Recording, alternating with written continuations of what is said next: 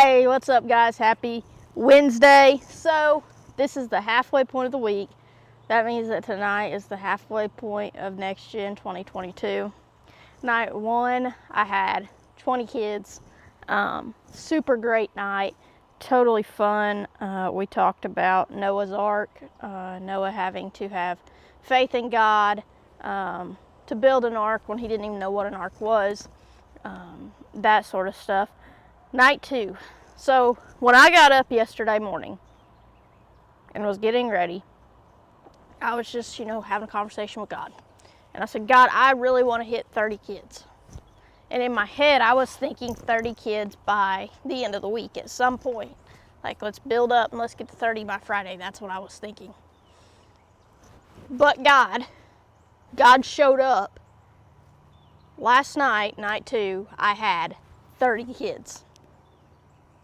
30 kids. I went from 20 to 30. I was like, okay, God, you're here. I see you. I get it. This is yours. That's what I've said every night.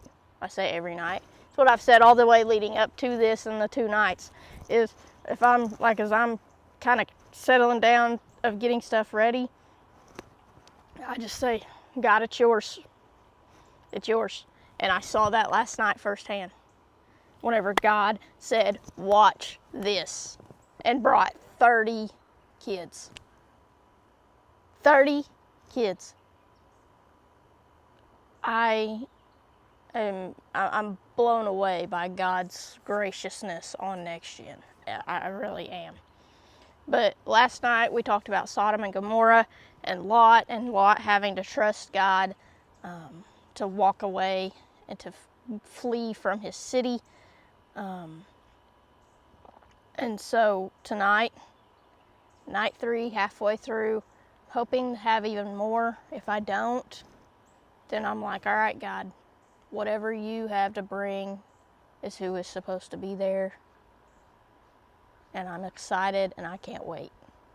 So, with all that said, let's dive in. Today's title is Unlikely Missionary.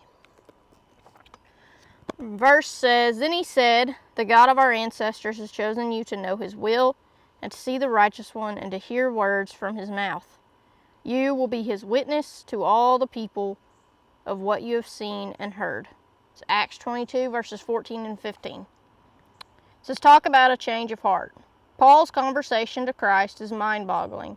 From a Christian hater to a Christian hero. Paul used to hunt down Christians to put them in jail or kill them. Then Paul becomes the one person hunted down by Jesus himself. Jesus tells Paul that he has been chosen to know God's will and to see and hear him. But Paul wasn't the only one Jesus chose. Jesus has chosen all of us to know and experience the very same thing. By reading the Bible, we have access to God's words, and we get to know his Son too. The other important message Jesus shares with Paul is that he will be a witness to others of how God has changed his life. What an important assignment. Telling others about his meeting with God. Paul did that very thing. He traveled for hundreds of miles and many years sharing God's story of salvation from his own experience. The Lord has given us the same assignment. We are his witnesses too. We simply tell what we have experienced and learned about God. Then God takes it from there. So, you don't have to do something big. You don't have to create a camp.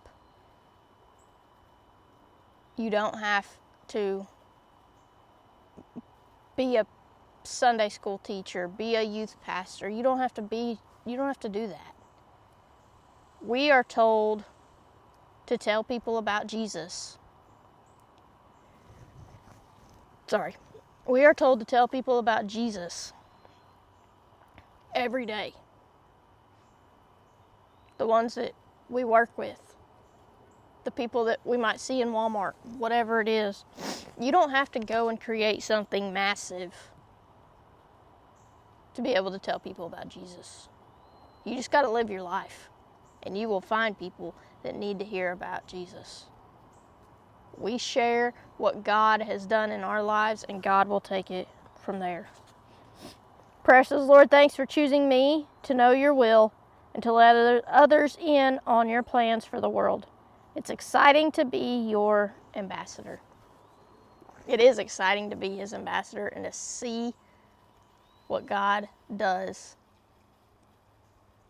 through us. I'm seeing that firsthand through Next Gen. I'm seeing that firsthand through all the prayers that you guys have put in for Next Gen over the past at least 6 weeks that we were doing our Amplified series.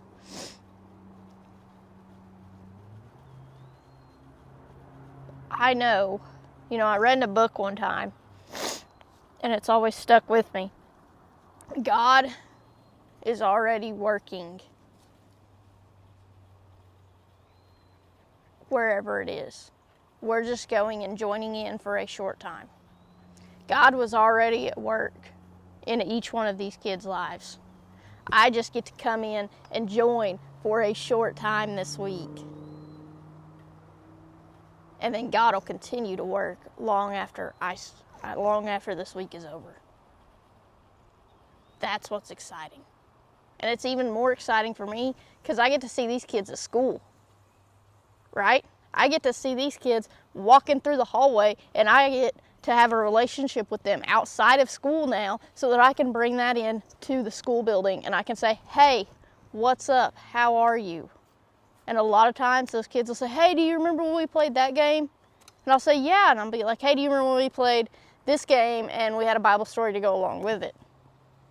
It's so cool. I am so, so grateful for what God is doing in Next Gen, what you guys have helped to create through your prayers, through any donations, through support, whatever it may be. Next Gen is thriving, and I love it. Everyone have a great Wednesday. Have a great week, and of course, go be the example.